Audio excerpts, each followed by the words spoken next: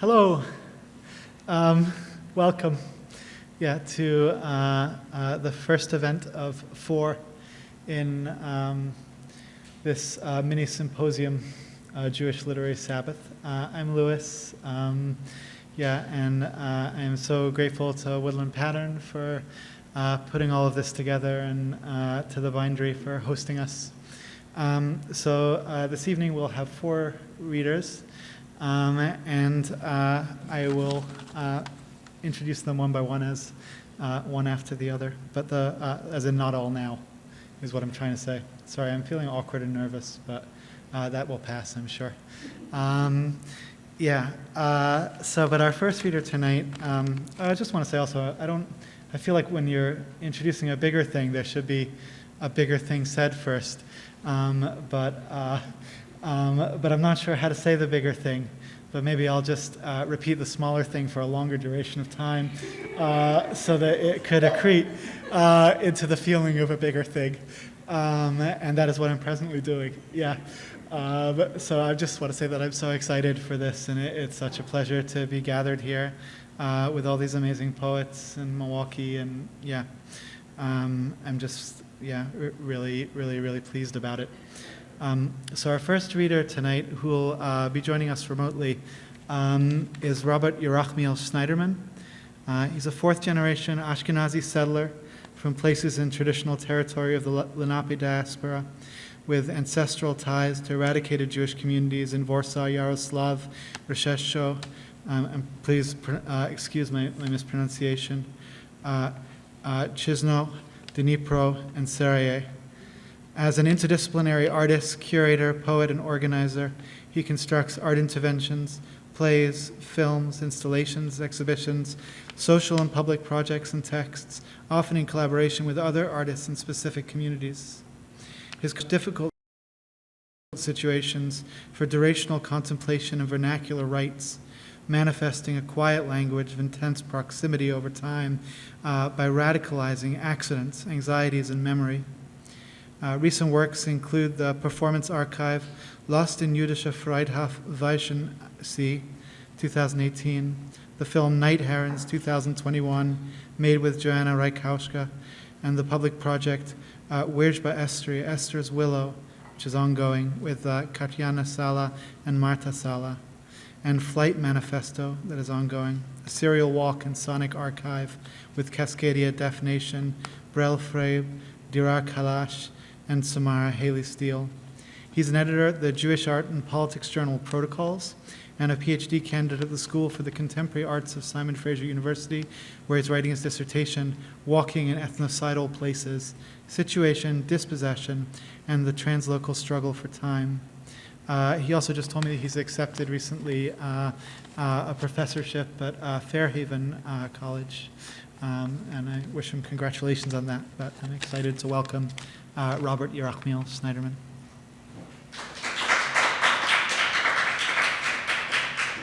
This is a little bit strange because I can't see anyone, or I'm just sitting here alone looking at the screen, but I know that this is ending up somewhere else. So thank you, thank you folks for being here. And thank you, especially Lewis, for inviting me, I guess. And although I know there are others involved, thank you, Mike. And I'm missing someone, but folks who put this together. But in particular, I think Lewis is the way, my kind of a long discourse with Lewis, starting when I was maybe 20 or something. And he gave me some of his chapbooks. That's kind of the beginning of this for me, and I think how I ended up here. I know that I'm in Milwaukee right now. I'm not, but I'm speaking in Milwaukee, and Milwaukee's an important place to me, although I haven't been there much at all, only once. I have a very dear friend named Greg Afinogenov, who is a Russian historian of Russia. I was born in Moscow. Dedicate this reading to him and encourage folks who are listening to check out his text published on Dissent a couple weeks ago called Seeds of War, which is a really beautiful and important critique of the American left's response to the war in Ukraine right now. And I want to dedicate this reading as well to my mother-in-law, Lynn Friedland, who grew up in Milwaukee and whose family, her parents and all of her grandparents lived in Milwaukee. And so she lives in Germany. She came to Berlin in the 80s. And I'm going to start my reading with a poem about her father, so my grandfather-in-law, who's, may his memory be a blessing, who's buried in Milwaukee. And then that will kind of take me into other territories, mainly two other territories. And my works are kind of objects as well as poems, so I'm just going to kind of show folks the object before I read.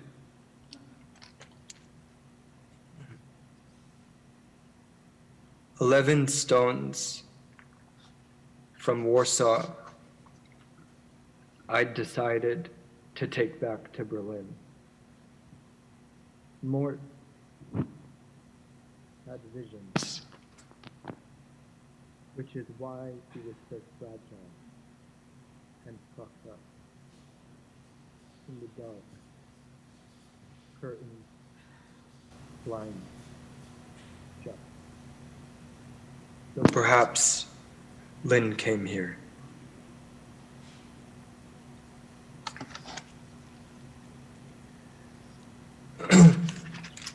And so this is part of a project called Lost in Jüdische Friedhofweisensee, which was kind of my first kind of larger scale social performance work, which I called a durational contemplation. So it was like a 6-month time when I was living temporarily in Berlin in order to every day either be in what is the largest intact Jewish cemetery in post-war Europe, or to not be in it. And so it was kind of a deep study, visceral study of this space.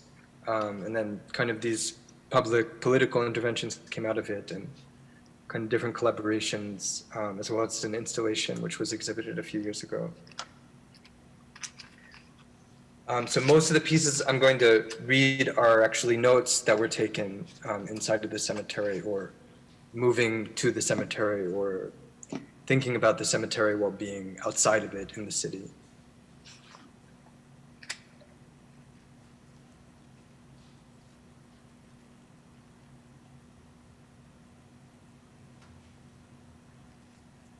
Spleen.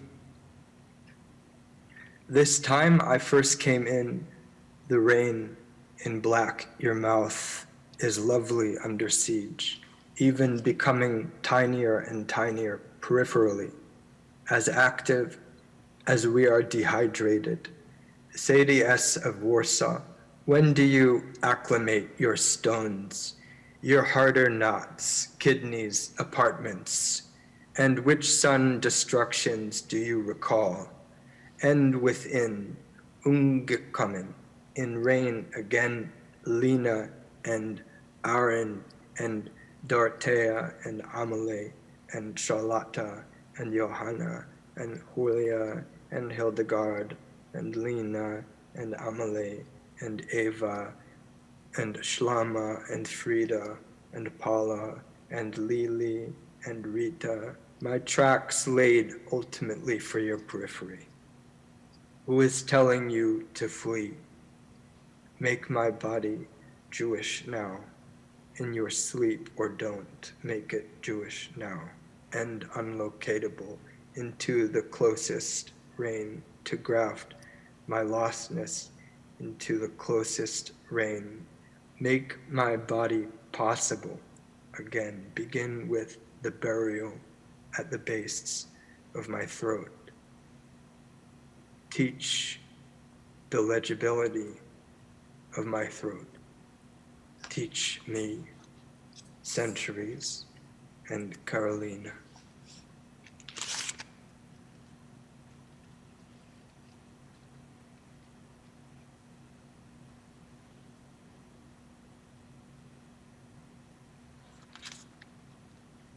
I want to tell you all about the after I oil my blades before I want to tell you, one son hears voice, one son escaped me, one son went silent, one son was another.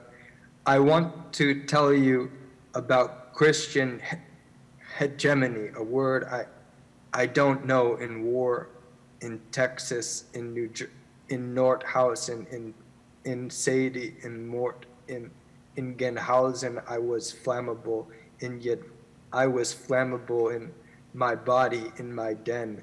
The memory of was flammable. I am Fred S. My son has spleen from my mother. My grandson wrote.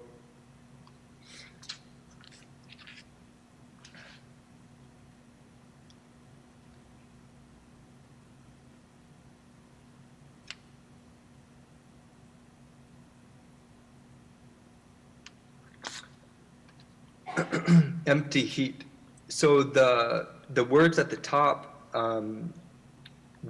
represent kind of 4 different laws that I created and was working with in tension with rabbinic law, specifically around how to be in a burial space.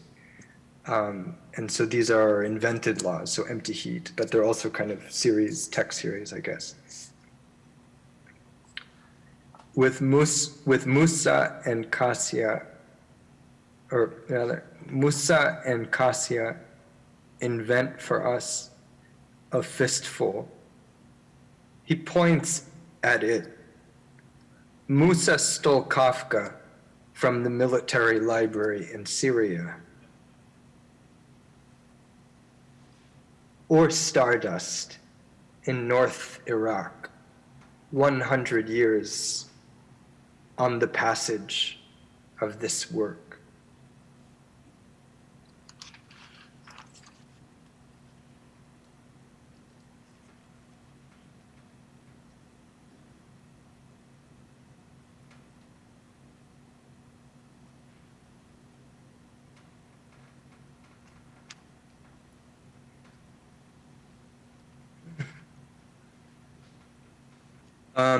So while I was doing this project, the project was concurrent with the Great March of Return, the first iteration of the Great March of Return in Gaza, and the kind of political intervention that I had, or performance intervention that I had mentioned earlier, was developed very slowly, out of these different experiences and kind of reading like the visual language of the cemetery space and kind of trying to apply it to how I was feeling when I wasn't in the cemetery, at this time as a Jewish body. And so it kind of turned into this sort of series of walks that were expressing a very difficult kind of solidarity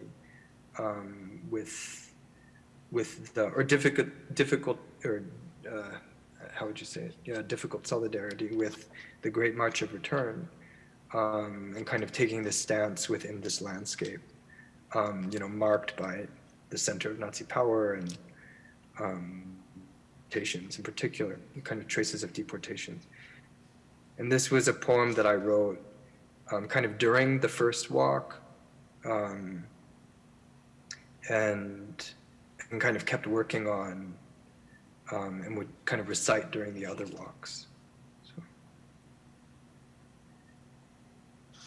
in absolute names, the disgust enter like a resurrection of raped things, become breathing, sensuous, gaping, archiving, forms. You can call us forms, they say. Under, they say, remnants of a guitar, and of what we've intended for you to drink.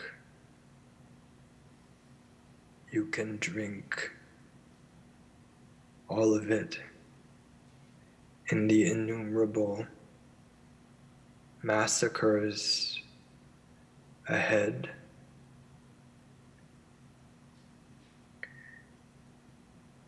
Like exhaust in the pipes, mirroring your inhalation. This practice of future states, don't ever name it, they say. Your names. But consider what the flesh waste spells. In the morning, they say, suffocated, they say, by dreams.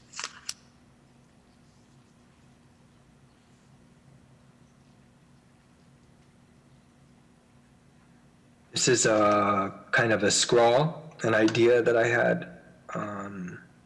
And I had it the day that my friend, and probably a lot of you know, or my friends, probably a lot of you know their work, Brandon Shimoda and Dot Devoda had a baby named Yumi. And this is a text, that I wrote the day that she was born. So I don't know if I knew that she was born before or after I wrote it, but spleen. Solidarity is synesthetic, not empathic, indirectly sensual. Empathy is temporal, dependent, sourced from an intellectual center of emotional control and decision-making or parallel experience. The latter having credibility. Liliana's anti-Zionism, as the child of a ghetto martyr, yet the affect of the paralleling crimes, struggles come through her most viscerally by an uncontrolled serpentine entanglement of communications, seeing what another is tasting, hearing what another is feeling on her flesh. Knowledges dance with this, but do not equate it. Figure for figure, sound for sound. The key here is the inequality of signs.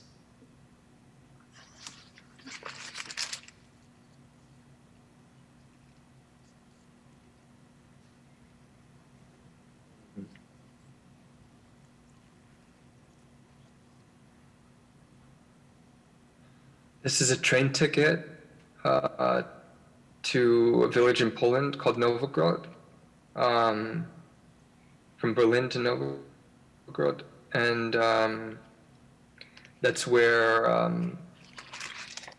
an artist named Joanna Rakowska lives sometimes, and she is really like a mentor, someone who wrote a beautiful book that a lot of people, especially in the US, don't know about, called Where the Beast is Buried. It's like my favorite book. So Where the Beast is Buried. It's really amazing. And it's just these stories about her kind of these public interventions and public installations, mostly in Poland, but from like 2003 till 2012. And I was able to meet her while I was working in Berlin, and then we started collaborating, and we made a film together, which maybe Lewis mentioned, called Night Herons. But this is a letter that I wrote to her on top of the train ticket after I returned to the U.S. And my nose bleeds a lot in the spring from pollen, and so when that's happening, I put a lot of blood on my poems, and so there's some blood in the middle.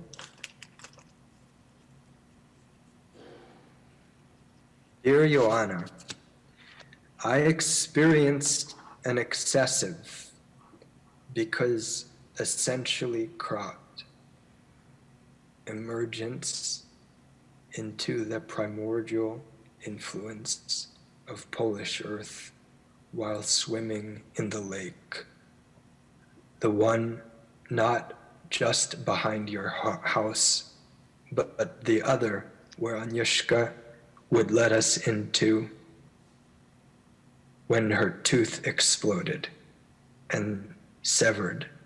She apologized to us for not being present or healthy.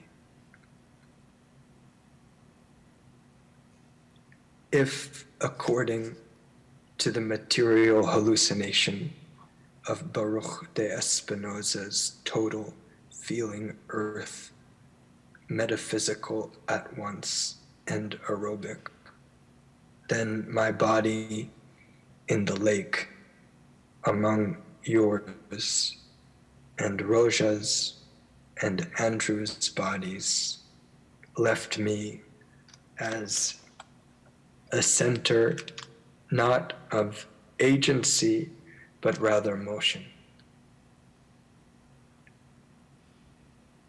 A particularly startling motion. A stone between my eyes.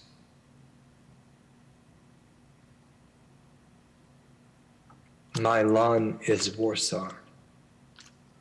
I am responsible for all harm.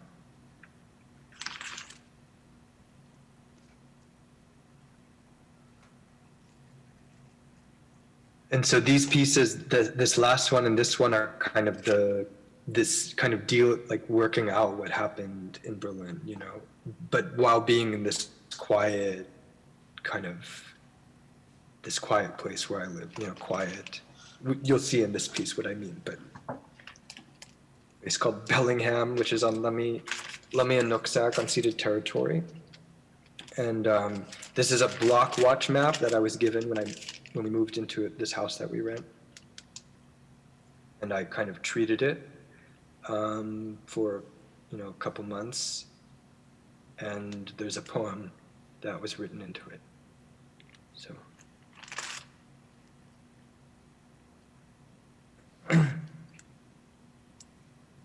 Obsolete, bloodless, add to this, they dream you, declensions, until surfaces.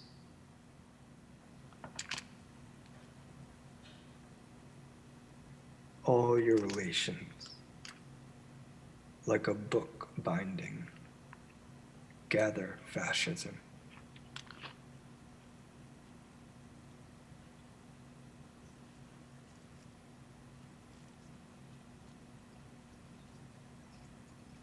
And I'm going to end with a poem that I wrote after my daughter was born about her birth,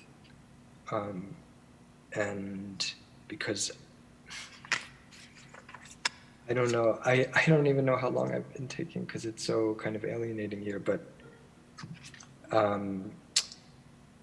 yeah, I just felt like a lot of my work is just like really like about. I don't even think I realized this until there's actually like I don't even know what to say. I mean, there's always a war happening, but I don't know. I just start to feel the weight. Sometimes I feel the weight of the work differently, and it's like it's just so. This coming here to do this event is just making me ask a lot of questions about my work, you know, and maybe I'm just generally in a kind of transition point, but I wanted to end with something that was like kind of more intimate and my own eyes, what I'm seeing, and not just kind of the swirl of history. And so thank you, everyone. I'm going to log off after I read this. The three of us expect of power.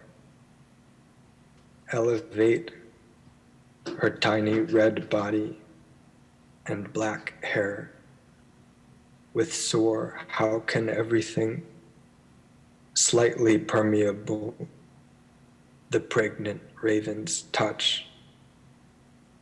I saw her before, why? Arc clutched by the midwife,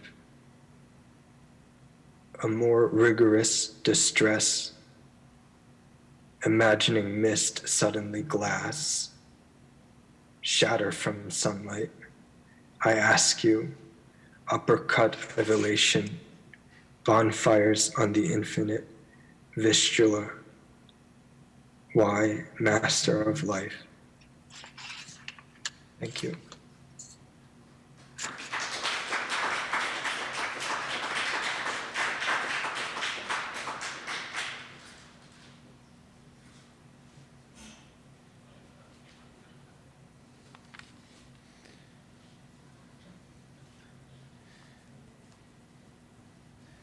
So, yeah, thank you, Robert. Our second reader tonight is Natalie Lyalin, the author of two books, Blood Makes Me Faint, But I Go For It, Ugly Duckling Press, 2014, and Pink and Hot Pink Habitat, Coconut Books, and the chapbooks Try a Little Time Travel and Short Cloud. Her poems have appeared in the Minnesota Review, Fanzine, Divine Magnet, Verse Magazine, Sixth Finch, The Tiny, and Conduit. She was the co-editor and co-founder of Glitter Pony Magazine and Natural History Press. She lives in Rhode Island, and it gives me great pleasure that Natalie is here and to welcome her.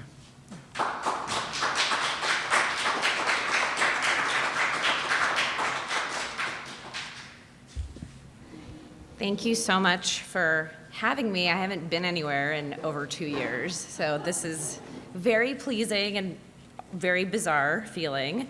I just want to say thank you so much to Woodland Pattern and Lewis and Laura and Jenny and Mike, and I'm sure and Peter and everyone else who has been involved in this. It's just so wonderful to be here, and that was an amazing reading just now.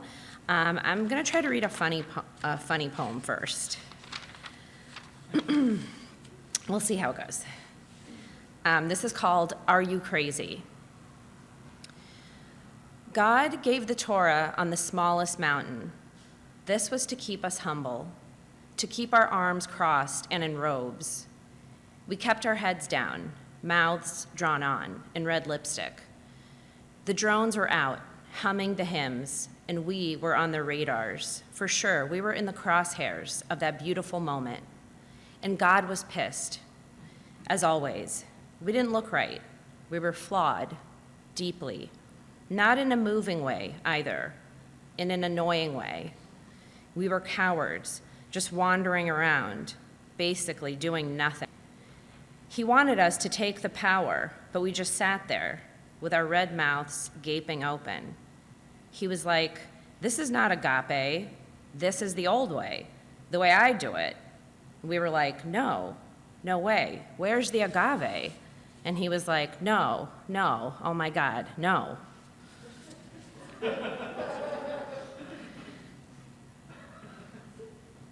Bright red. Church steeple against sky, we are drinking mild orange tea from the gold samovar. The bread is black, the curtains are white. The caviar is black, the caviar is orange. The butter, barely yellow, sits triumphant. The gooseberry is translucent green. The jam is studded with seeds. The pines grow forever, the silver cups are dark. Our teeth are solid, the water is clear. Vlad, the Impaler. There's a reason I'm eating cereal tonight, under the glow of the new abject moon. There's a reason I'm not calling. I'm not smelling the back of your head in the schoolyard. I lie now. I hoist a Torah delicately, but without fear. I have no fear left.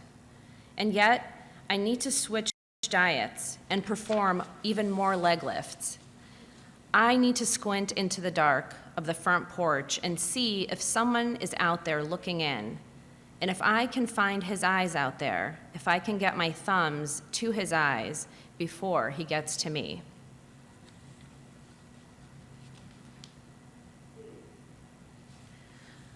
This poem is called The Answer. They are not calling with news. Instead, the obscenely large pine battens down her branches. She turns fern color and then black. Mom says to call her as if on a loop. In a loop, I do. I know Katya studied the loom and wove when she wasn't drawing. There was so much I didn't know. It could have stayed that way. I could have not known America. I'm still trying to understand confidence. I'm still wondering why you don't visit, why I don't either. I'm thinking, the floor in our first apartment, does it have a new layer? I was lazy last time, too busy assimilating. I know the first morning after Dad left, my parents called each other at 6 a.m. Why do I know that? I wonder about the floor. I want to stand on it. What else can I do with a floor that once knew me so well, loved me even better?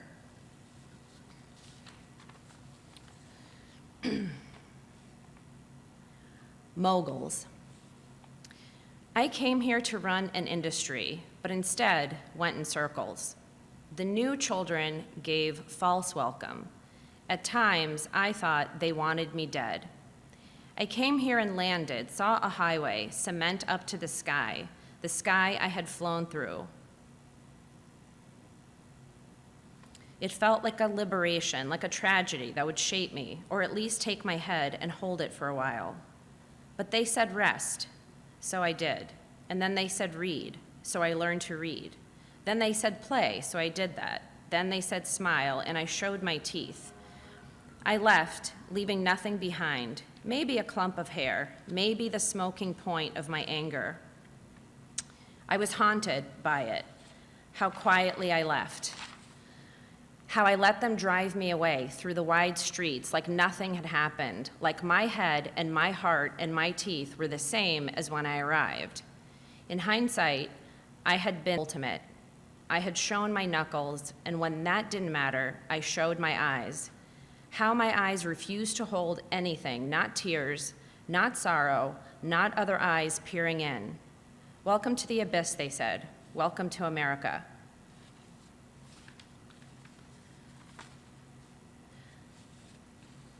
Mom fight. I pushed Mom, and she exploded. Don't ever do that again, she said. Don't ever explode me. We spent hours collecting her.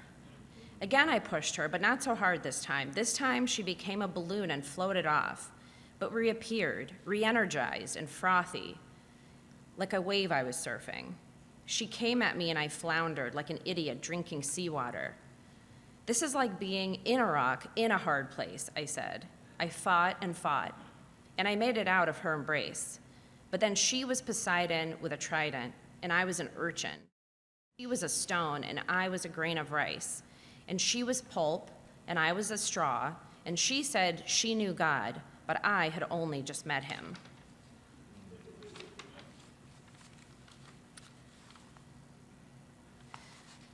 This poem is called Awake Water. First, they took out my lungs, and then my heart, and then my eyes. Then they replaced all the parts. They fed me the water, and I woke up. I woke up to them circling the city. It was terrible, remembering our good summers, the good dirt. So expected. They dropped bombs. They blew up buildings. They are not robots. The robots who replaced me, one piece by one. Now, the robot who will operate. Sometimes I do not want to know anything, but I look anyway. I look at them circling the city for nothing, for hours. Here's to life. Go to sleep in a narrow bed and say a prayer. This poem is called I Had a Dream. I had a dream, my best friend. This is the grave of all the Jews, he said. He described the bodies cut open. Was Moses a pharaoh, I asked? No, but he lived in the house of pharaohs. He knew their customs. I had a dream that God gave me direct answers without eye contact. Of course, he had no eyes that I could understand.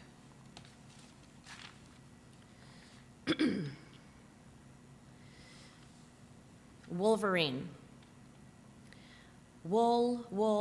Wolverine, wolf, wolf slonium. And you are alive, and you are alive, and you are alive. And you are bowing in the direction of Jerusalem. And he was laughing in the bread line, and he was laughing in the milk line. And he was laughing in the soap line, and he was laughing in the meat line. And he was laughing in the flour line, and he was laughing in the shoe line. And you are alive, and you are alive, and you are alive. And you are crying in the car, and you are crying on the phone. And you are crying at the movies, and you're crying at the sun. And you are crying at the stars, and you're crying on a mattress. And you are crying on a husband. And you are alive, and you are alive, and you are alive. Wolf, wolf slonium, that's who. Who? Wolf, a whole wolf. Wolf, wolf slonium, wolf karp. And he was breathing in a village, and he was breathing out a car, and he was breathing in a war, and he was breathing out a bicycle, and he was breathing in a city, and he was breathing out a wagon. And you are alive, and you are alive, and you are alive. And you are huffing in a field, and you are puffing out dust, and you are huffing in a pixel, and you are puffing out a dot, and you are huffing in an ocean, and you are puffing out sand, and you are alive, and you are alive, and you are alive. Wolf. Wolf. And this is the last poem. It's called Galina Kravitz. Galina lived through a war. Galina retired with abundant flight, happy, or something in that neighborhood. Galina was never afraid, but really she was. She was one for numbers. Galina went to work every morning and ignored the sun. Galina had a goose. Galina went skiing and hurt her eye. She wore green glasses. She loved everybody, but not a lot. She only loved me, really. And she would say so. Galina knew to deliver bad news in person. She knew to worry best alone. Galina was willing to take things. Galina was a secret keeper. She lived through things. She spit over her shoulder. Galina was aware of propaganda and was a product of it.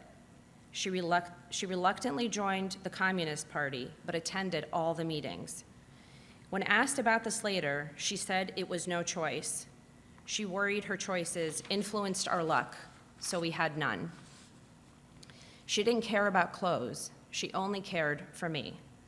Galina was not a star cook, and it didn't bother her. She was fond of truth. Neither one of us could sing. She let me rest wherever I wanted. Her love was endless, and I treaded in the water of it. I never saw what she saw in me. I want to be clear, she sometimes ignored me. She often embarrassed me, chasing with a jacket or yelling down the street about wet hair. Years later, a friend was shocked to know she was not senile. She just knew wet hair would lead to pneumonia. She cleaned my room, but I told her not to. I called Dr. Laura to ask if it was ethical to put a lock on my door because she would not stop cleaning my room. Dr. Laura laughed at me. She said I had to get a life. I have a life, and Galina monitors it. One time, I spent the night in her little apartment and wanted to leave because it was boring. I think about that night and want to go back. Somehow, we kept living next to famous Atlanta strip clubs. Galina had a secret love. Galina assumes everything is wrong and hard.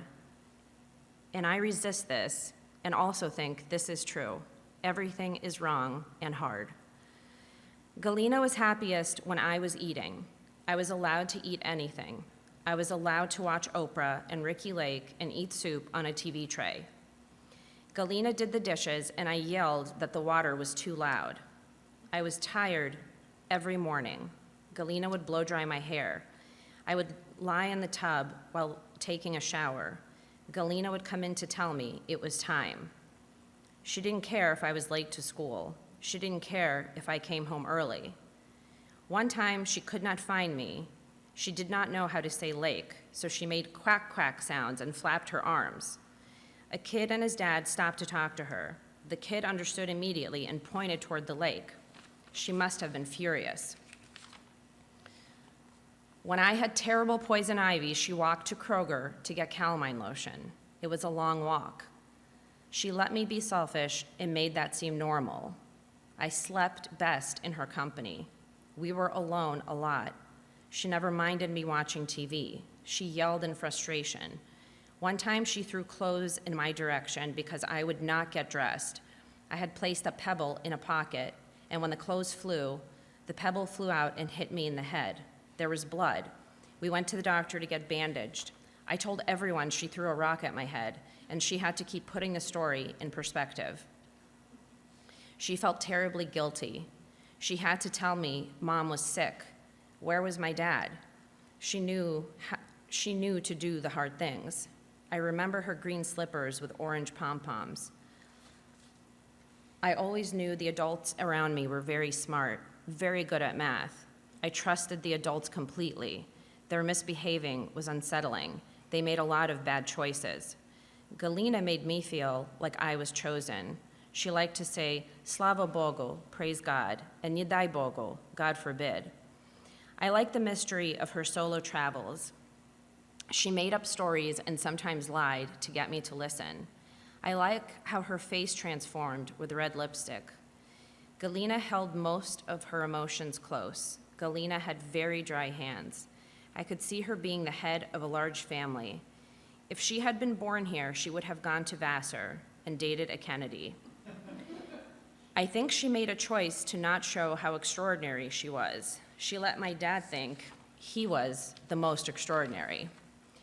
When I asked her if she misses Leningrad, she says, of course. Brighton is not Leningrad. Leningrad is not Leningrad.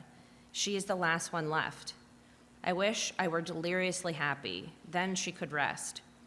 She recently told me that she used to share a coat with her sister. One wore the coat in the morning and brought it home at lunchtime for the other to wear. It is a known fact that her father loved her tremendously. I guess our genes carry that ability as well. She does not look Jewish, and my kids do not look Jewish. There is some safety in that thought. Is that the gift she's willed for me? Thank you.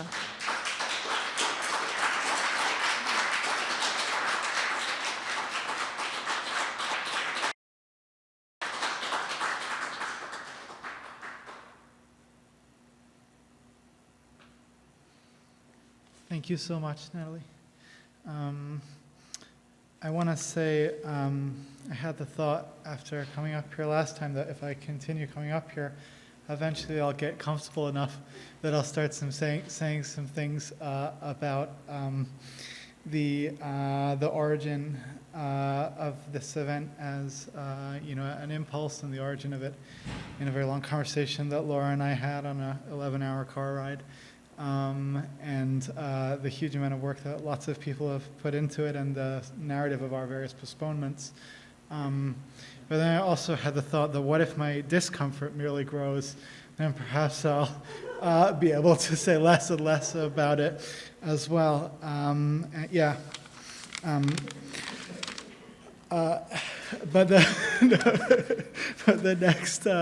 our next reader tonight is Lisa Fishman, whose most recent book of poetry is Mad World, Mad Kings, Mad Composition.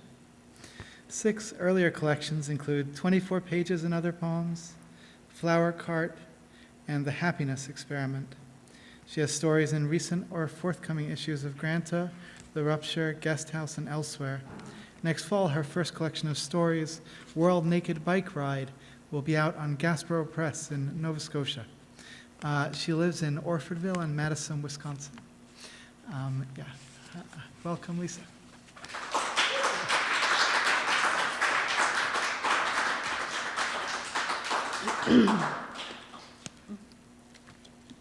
Thank you so much, Lewis, and everybody for being here, and such a pleasure to read with you, Natalie, and others who have yet to read.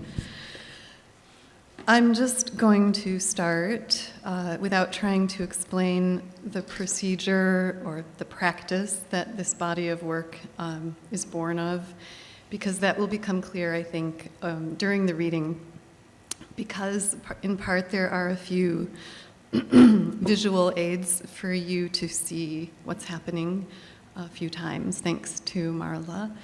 And also, over the past couple of years, I've begun to incorporate my conversation with Lewis into the work. It's an ongoing conversation, epistolary and oral, around the practice, and that incorporation, I think, will help explain it a bit in this context, especially since Lewis has kindly agreed to read the parts that are his sentences from our correspondence when that appears in the work. He will therefore be reading quotations of himself.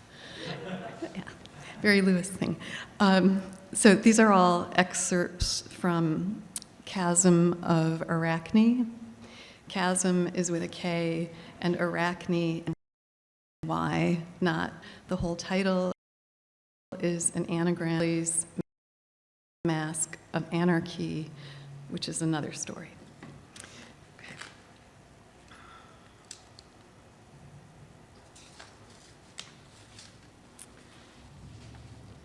Are reasons touching some good dolphin's tongue, giving apples time to sweeten? Give stuff up and show friends the table is set. Any body wanting something tells death's snout.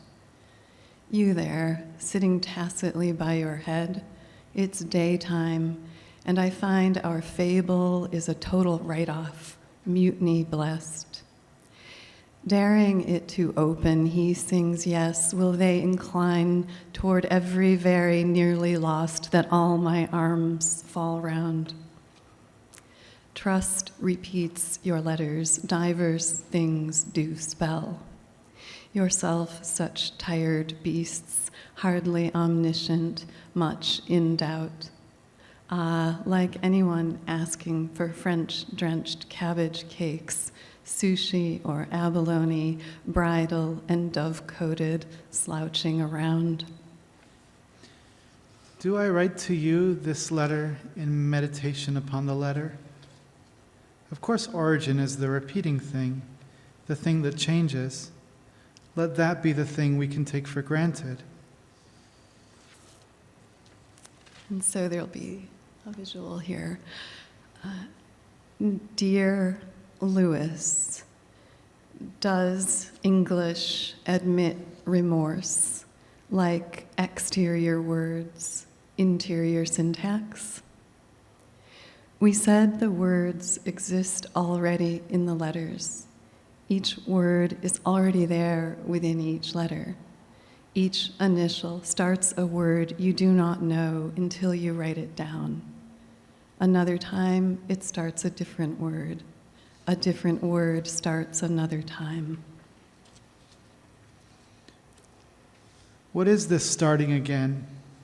To stay in the beginning as though because we might feel two ends are starred, and in this way a kind of conviction that the element below time was staying and lost, we could always begin.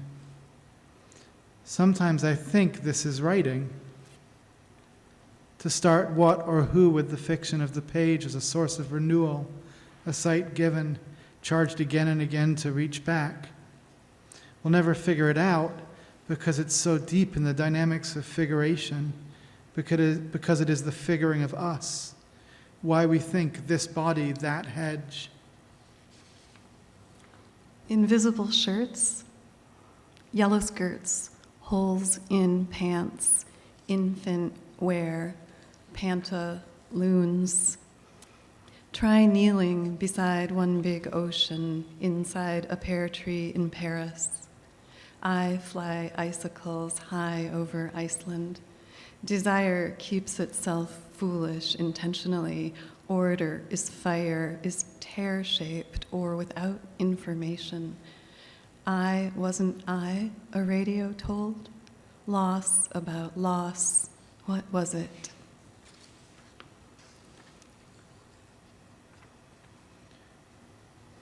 What is this starting again?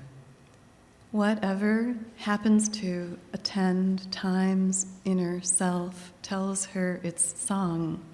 See truly then a ragged text if nothing given asks your eyes' name before the question. Can they be put together in infinite ways? Enter a letter. Go back to bed, body of God. Cannot be put together. Gather, mother, the goat herd said, eat the grass, eat the richest grass.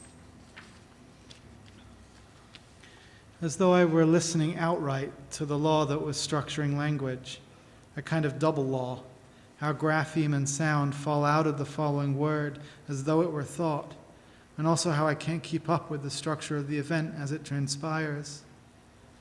Perhaps it was later that evening perhaps the next day when I began, perhaps it was later that evening of perhaps the next day when I began to perform out the grid of letters I'd made, giving each a word as a score for another text.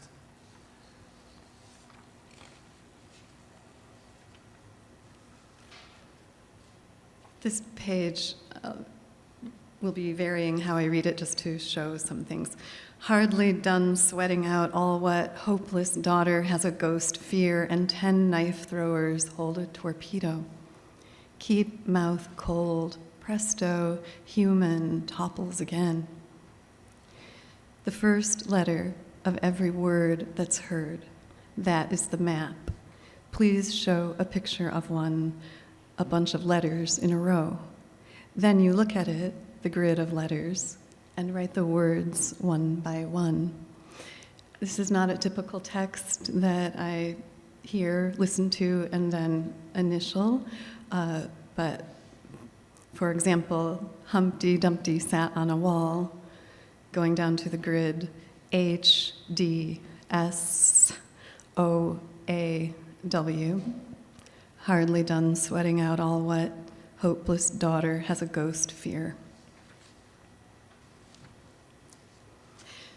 So one of us, LF, came to call it initialing. Each initial becomes another word being written swiftly, a word being written swiftly. So one of us, LF, came to call it swift writing. You asked, why break the sign to do so? Yes. Initialing and swifting, I think, are two different parts of the same process. Initialing is when you make the grid map score of initials, and swifting is when you write from it again. This feels exactly right to me in understanding something about our relations to the process. Does it feel right to you? I'm on the train with cabbages for Rick's house, where I heard you cooked a salmon.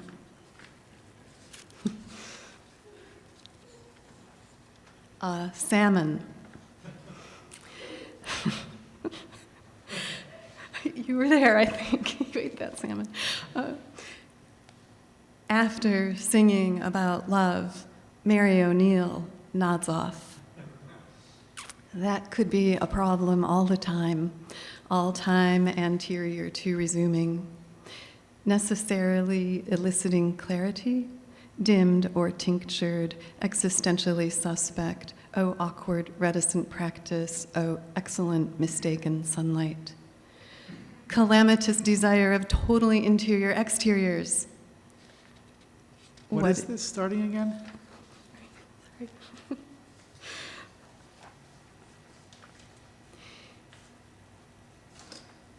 And then the rest is just some poems from within the chasm of Arachne, as well as what has preceded it. Thank you, Lewis, for helping me so far. In her old, lost dawn face, these facts swell like juniper berries. Have some. I, a cat, slept beside my animal person. That is big sleep. Under the ground was a chapter to read about danger, tell someone fast, or choose a spell. Airtight, upper song comes along until tomorrow shows its ass. Eye-shaped radish, winsome onion, totally sexy bell-shaped lamb's quarters, mott soy, high corn, big mountain high transition. My inside heart makes cucumber wine. More have wept about birth. More have borne more. Hasn't beauty made her take more? It hears me complain. Broccoli method happening now. Kabbalah, cabal, and all what. Information masks a scam. No wonder Dada arose over men in the damned state. Sorry time is pregnant again, or having some oats. Such a seedy Bildungsroman, this tale lengthening its oracle spyglass summer song truth. Just two and then a very short one after. If winter vanishes, tell if winter vanishes. Tell beetles something as if matter has any shine. Tree frogs, aphids, inchworms, and tomato worms. All any mother writes rings itself to love, not true, but a wish. If happiness needs time, rusting with sex, Saturday a flock, glad in retrospect. Ice age, dust age, rust moth, whirled from, wordless all such prisms say to good speech, taste as yarrow to the infinite and airborne insects, with time making a mess slowly before edges present a lithe silhouette. Under beings, underground, take solace out, take mourning in, make art taste rock salt. All light taken far to you, you take inside what else? A math problem, touching letters like love to day. Ah, there it was. She didn't have a promiscuous bone in her body except the sacrum, so it was. That too much was sacred rather than not enough. All the gods, the many gods, and all the stuttering antelopes, and all the beautiful envelopes, the godless winged women, and the Kabbalists with wings, the fathers eating radishes, and actors saying things, some things disguised as words, the many words disguised as things, and actions all, so shaken as we are. Wherefore we can figure within ardent turmoil, flecked and fangled, pieced to peer and break some windowed current rotted systems. No more time. Talk exits out this sample shadow, listing wayward, high own clotted breath. New Morpheus sorts tales with carnal, hopeful, fieldful nocturnes bruised haste, and ho, her frantic, wicked, tactile arms and hoof of hapless places. I hear it in my hand. Those octagons entire, winning lust tears matter off troubled heaven, all outre ou nada, of one substance baffled, all our butters bread. Dear Lewis, that was a long detour. I will move all that material out of what I give you because we still haven't gotten to our practice's relation or our practice's relations to a certain kind of reading, rather hearing. A long time ago, I encountered the idea of every letter being part of the body of God or angels, and you keep recombining them to try to put the body or bodies back together again, which is how it began, all this initialing and swifting from the beginning. Thank you.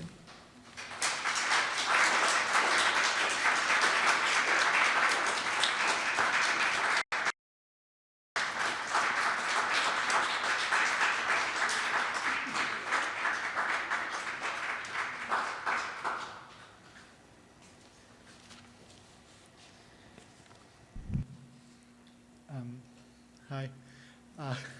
That was amazing, Lisa. Thank you. Yeah, that was really so interesting for me to see this private sort of writing world that we've been encountering around initialing swifting, like bare text and performance. It was kind of amazing, so super amazing for me. Thank you so much. Yeah. So our final reader tonight is Eugene Ostashevsky. Eugene was born in Leningrad and grew up in New York and lives mainly in Berlin. His most recent full book of poetry, The Pirate Who Does Not Know the Value of Pie, published by NYRB Poets, discusses migration, translation, and second language writing as practiced by pirates and parrots. Translated into German by Uliana Wolf and Monika Rink as Der Pirat, der von Pi den Wert nicht kennt, it won the 2019 International Poetry Prize of the City of Münster. Once again, forgive me for my terrible mispronunciations of all things. It was also the pretext of a mini-opera by Lucia Ronchetti at the 2019 Venice Biennial. His previous book, The Life and Opinions of D.J. Spinoza, published by Lee Duckling Press in Brooklyn, examines the defects of natural and artificial languages. As translator and scholar, he works primarily with Russian avant-garde and experimental poetry of the 20th and 21st centuries. It is a great, great pleasure to welcome Eugene.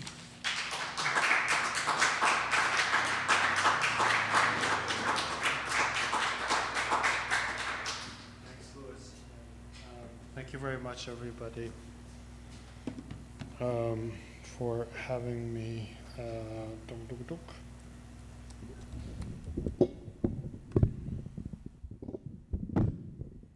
Okay, is this good? I'm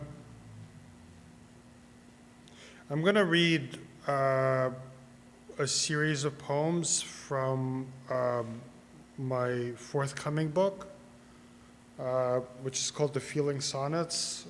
It's coming out in the fall. And I'm going to read from a cycle called Die Schreibblockade, which in German means writer's block, but if you break it down, it reads write blockade. And I was born in Leningrad, and like everybody born in Leningrad in the Soviet period, we grew up with this discourse of the siege of Leningrad. And it's always been very hard for me to talk about my history in English, whatever constitutes my history. And a few years ago, I went back to Moscow and to Petersburg, and suddenly in the hotel room I started writing this series, which is mostly about the siege. So I'll read maybe half of the cycle. In my ahistorical childhood, I translated over snowdrifts in courtyards past frozen garbage. Snowdrift is sugrob. A sugrob is no drift. It is an understudy for a coffin. Courtyard is dvor. Courtiers are dvorяне. They study fencing. They fence in the entrance. They fence nylons. They fence rations. They are brought rations and then they fence them. It is the rational thing to do. Did you say language? Gauge it. What else could I have said? I said lineage. I said garbage. I said I translated over snowdrifts in courtyards past frozen. Funny, I thought you said sausage. Back where I come from, we had no source language. Every language in my city was a target. They even had signs. Citizens during art activity do not eat from the side. It exceeds inedible cellulose, bad for memory. But mostly languages were facilitated in the big house. The big house was where the courtiers played cricket. They were grilled mercilessly.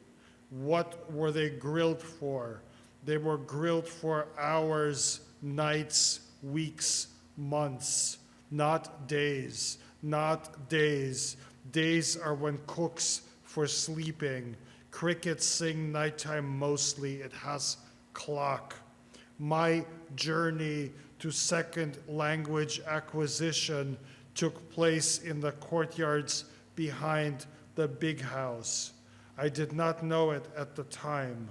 My source street was lacquered with many a swan. My target street was lined with tapestries or trellises. At school, we were schooled in courtliness, curtness, and curtsies. Our chore was to choir by rote. We were the rote front. We acquired fronting and frontage. Next. This is about the siege of Leningrad, but it's also about the siege of Jerusalem in 70. I died in the dark. Did you die in the dead dark? He died in the live dark. She was carded. We were carded by ropes. You were roped into death. They were operated on. It was an operation. There's an 8 in operate. 8 is a figure. A figure is a marked fig. It is singed. It is a wilderness of monkeys. A fig is. There was a fig without the gate. Who made it out in that dark? Made it out alive. Over ice in that dark. Taken over ice with a truck. Was taken under ice with a truck. Who was taken how in that undertaking? Who ate wallpaper? Who ate the shoes and the leather shoelaces? Who ate the leather coats of the killers? Who ate the killers? Nobody ate the killers. The killers ate.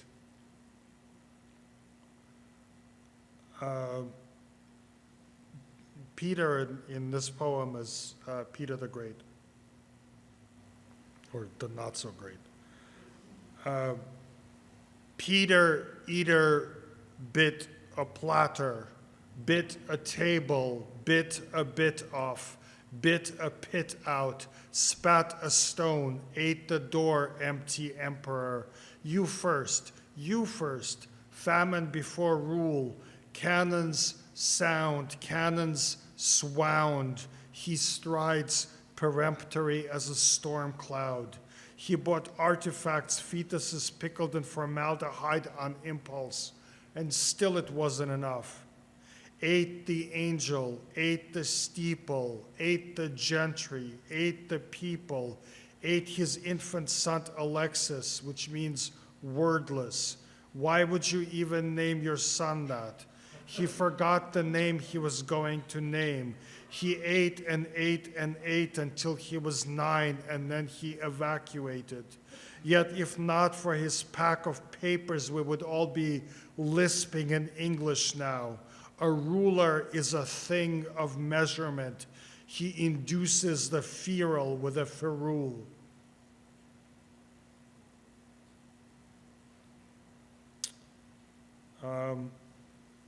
This is about ration bread in blockade, but it's based on Schwitters's, a poem Schwitters wrote in English, also in 1941 or so. What word? Bread. What word bread? Bread word chlieb. Bread. Chlieb. Rot. Rot. Mouth. Breath. Leb. Live. Imperative. Cut. What a bread. Be bread. Be bread. Be breadth of breath. Be dear. Bran. Sawdust. Cut. Brood. Eat bread. Have no dread, be not dead, eat. Bread is to be, bran, sawdust, cut. Bread is not to be, red. What is red is word. Bread, dear. Word is breath. Eat word. What a beauty.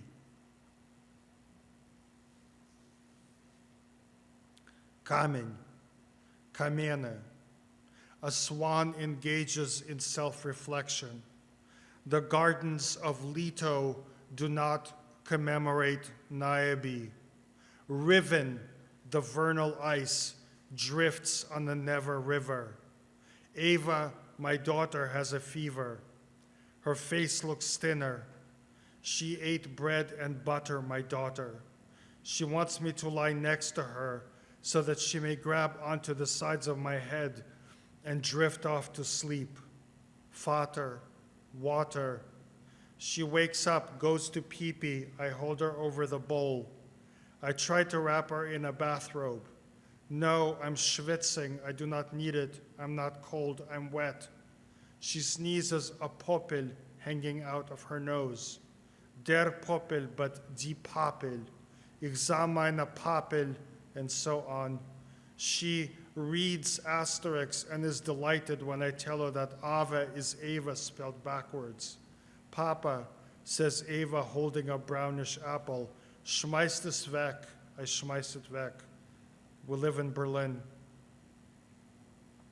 Die Siege in German is the plural of der Sieg, which means victory.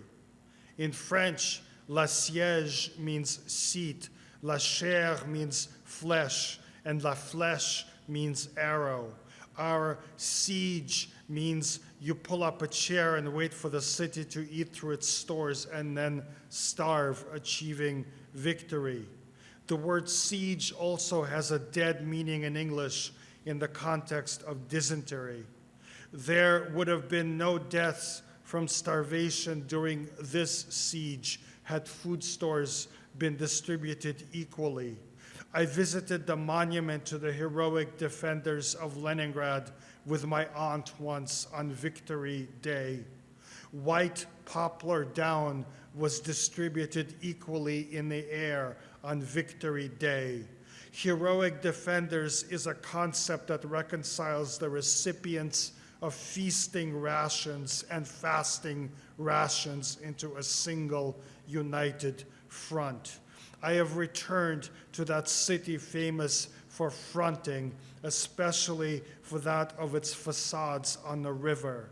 Now the names of the streets are restored to their historical forms, which are the forms they bore when there were stores along them, as there again are. Now the park is restored to its historical 18th century shape. The statue of Cronus cuddling his baby has been cleansed and now is whiter than ever in living memory. The statues of Apollo and Artemis seem to breathe as they wield their bows. All they're missing is a statue of Niobe. The bust allegory of the transience of life was missing, with only the sign left on the pedestal.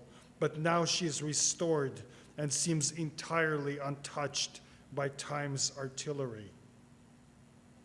I actually once went back to St. Petersburg, went to the summer gardens where I played as a child, and there was a pedestal and it said, "Allegory of the Transience of Life, unknown Italian sculptor," and it wasn't there.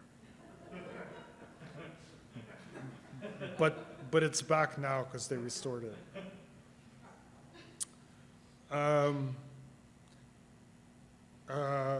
This is based on 1930s writers that Matvey and I work on Daniel Harms, on Alexander Rudensky.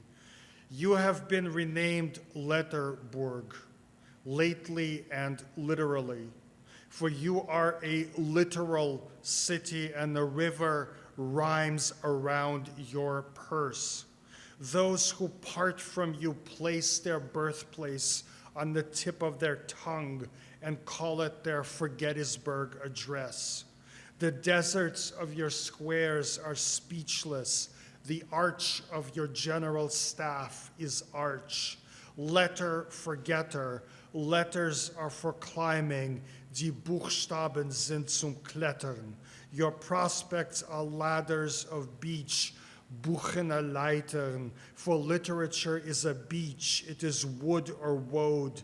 This wood you call book, read book, but in the mountains, Chinar, Makar, and the letter Bukva.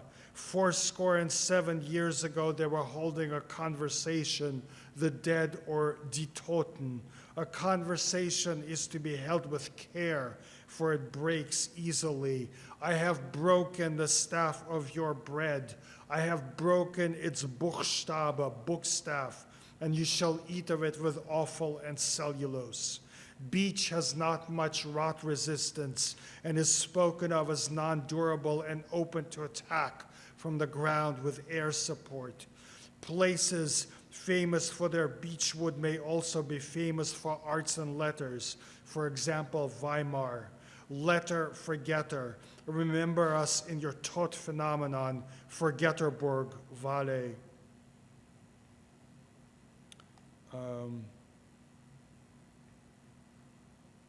Repeating city, column after column. The pedestal rhymes with a base. Cradle of Cantor. This is Georg Cantor, set theory, who was born in Petersburg.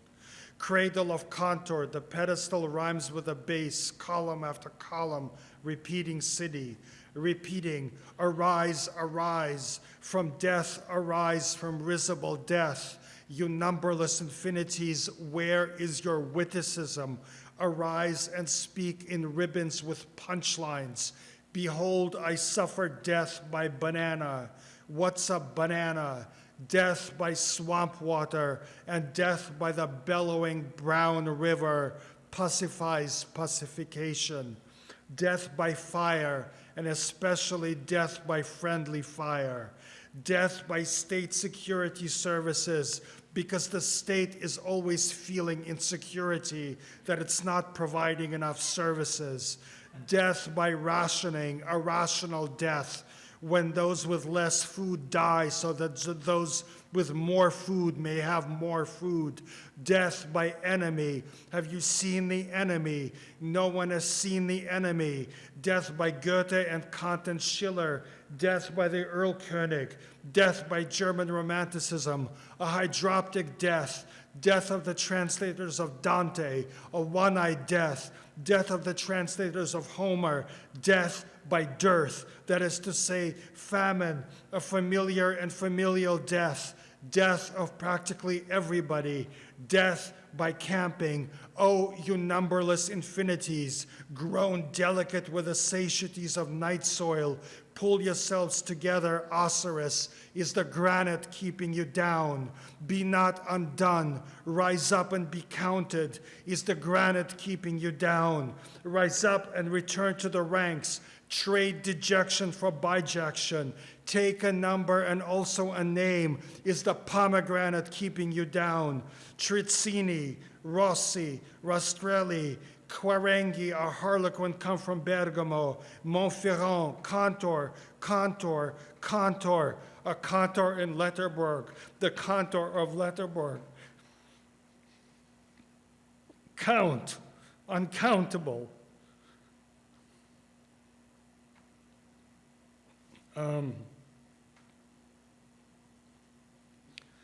This is a mashup of some lines from Mandelstam and some lines from Vera Lynn, who died 2 weeks after I wrote this poem. And I think you'll recognize the lines even if you don't know the name Vera Lynn. Shall we come together in this city? We'll meet again like lips in the syllables of its name. Have we taken something under there, our sun? Let's pronounce the sound of a word or maybe denounce, a byword. It is a silly word. It is also a wound. Is it tightly wound? It is unsightly. Is it a word sung by the souls of women? Will meet again is a song. It emerges from their mouths like a sword. It slices open the night. It is sung gainfully. It is sung soundly. It is heard. It is a password. It passes. It passes controls. It passes controls unhurt. We'll meet again is a song. We'll meet again some sunny day when the blue skies drive the clouds far away. We'll meet again is a song. Is it a sung song? It is a sun song. You will not note the sun because we have buried the sun in sound, that we have soundly in a shroud. Is he unhurt? Is he unheard in a shroud of sound, of snow, the sound of snow? Now we have buried him. Now we have buried him. And the last one. I have returned to the city of my dead. It is my familiar. I command that it drown everybody. Everybody drowns in tears. These are emotional tears, measuring a high concentration of hormones such as adrenocorticotropic hormone and leucin and kephalin than basal or reflex tears. The drowned lie around and consume fish oil rich in omega-3 fatty acids. It is December. In December, everyone is a little bit of a Decembrist. They follow their star in egg tempera. They back up all their contacts to cloud. This way, if they lose contact, they just need to select a date. They just need to select a date they want to restore from and press restore. Then time will run in reverse, and all the dead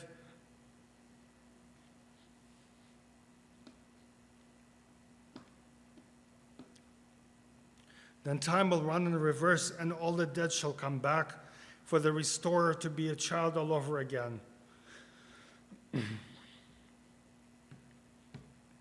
To be a child all over again is to be learning to speak all over again. The Russian word for language is the Turkish word for pity or shame. If next time you exclaim, alas, you wish to do it in Turkish, you cry, yazık. If you address a dead person and get no reply, you can say, ni yazık, which is the same as too bad. You who pause on the stairs, jangling the lock chain, you watch the girls in the courtyard skipping the rope of Europe. Are these your daughters? They address each other in German. Your guests from the future are here. May you live to watch them grow. Thank you.